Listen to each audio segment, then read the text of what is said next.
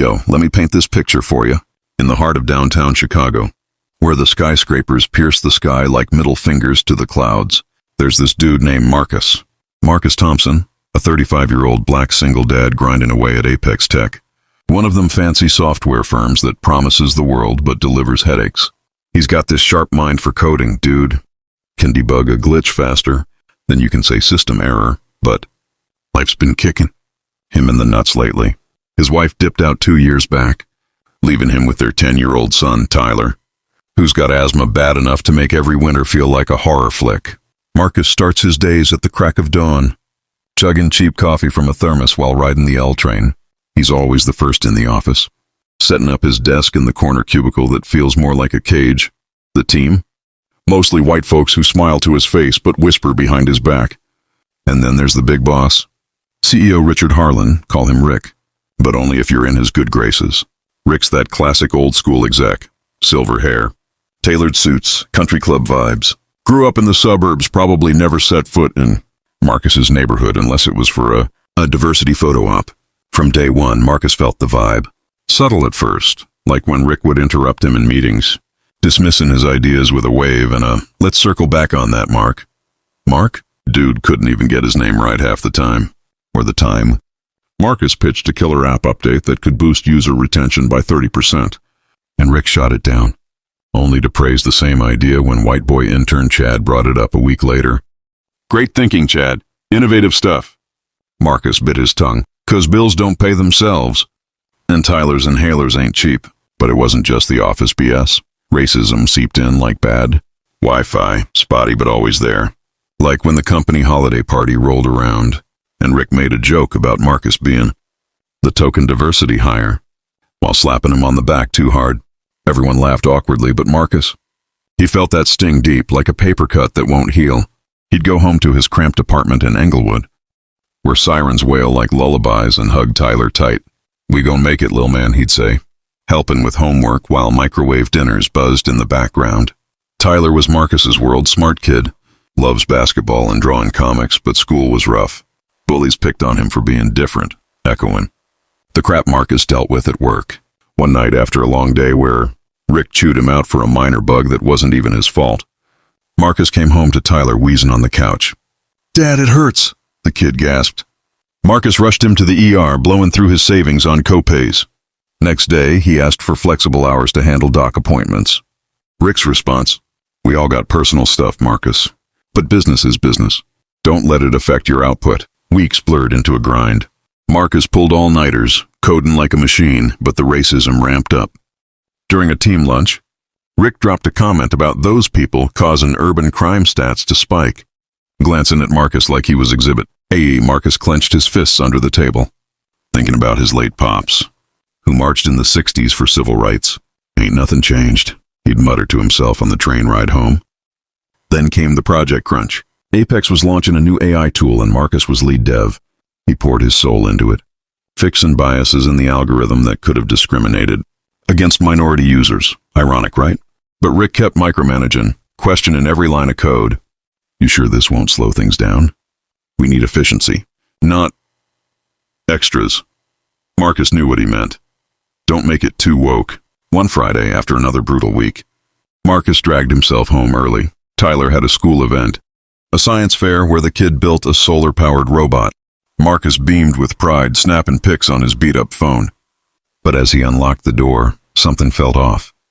The place smelled like lemon cleaner, not the usual mix of takeout and dust.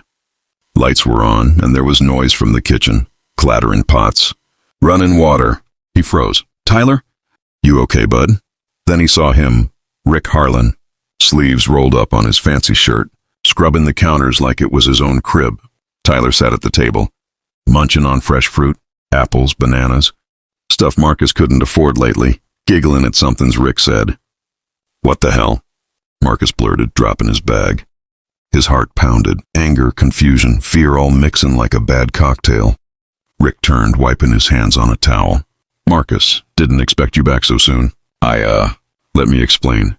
Yo, imagine walking into your spot after a trash day at work, expecting the usual chaos, only to find your racist-ass boss playing housekeeper.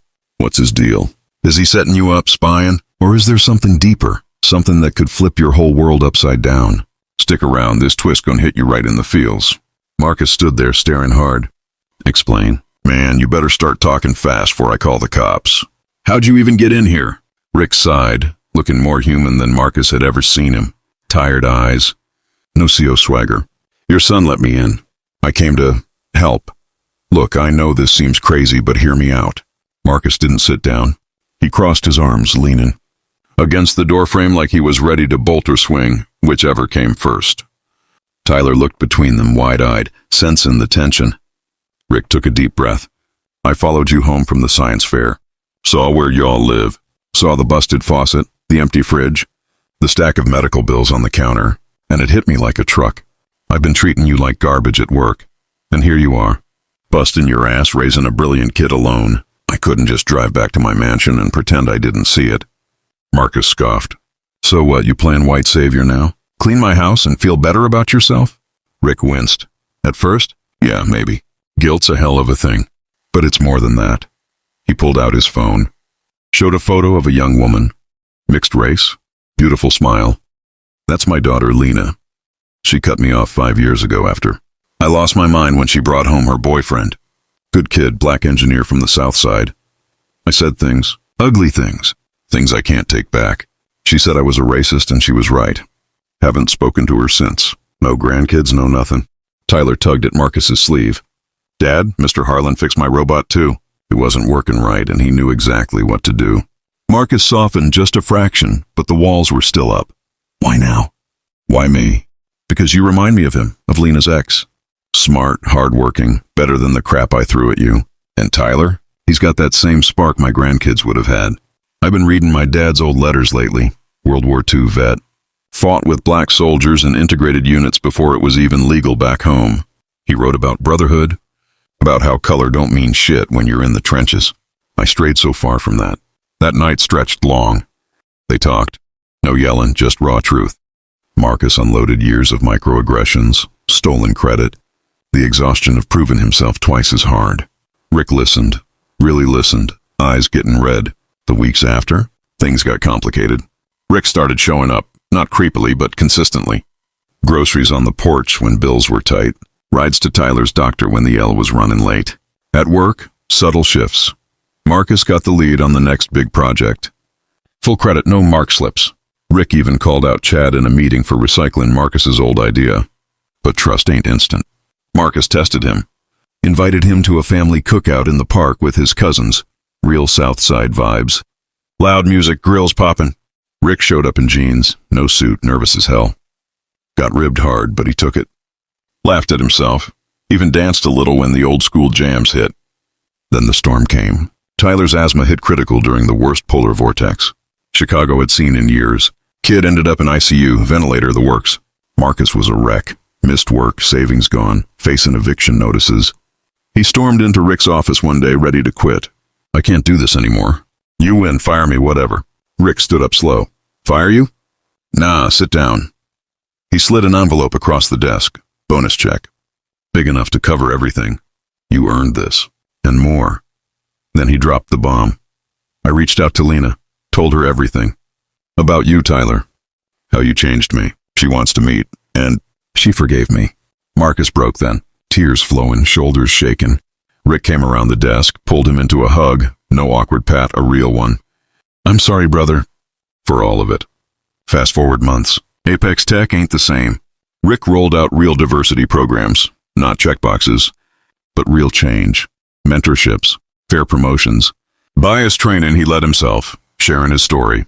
Marcus, promoted to VP of Engineering, leading teams that look like America. Tyler calls Rick Grandpa Rick now. They shoot hoops on weekends. Rick's mansion pool open for summer splashes. Lena's back in the picture, bringing her own kids, Tyler's new cousins. One evening, sitting on the porch watching the sunset over the city, Marcus turned to Rick. Man, I hated you. Rick nodded. I know. I deserved it. But you showed up, changed. That's rare. Rick smiled, eyes misty. You and Tyler saved me, man. Gave me a second chance I didn't earn. They clinked beers. Two men from worlds apart, now family. Proof that bridges can be built, even over the deepest divides. That real change starts with one person willing to look in the mirror. and clean somebody else's house when they need it most. This heartwarming story shows that kindness, accountability, and love can tear down walls nobody thought would ever fall. Don't miss these kind of moments. They change lives forever.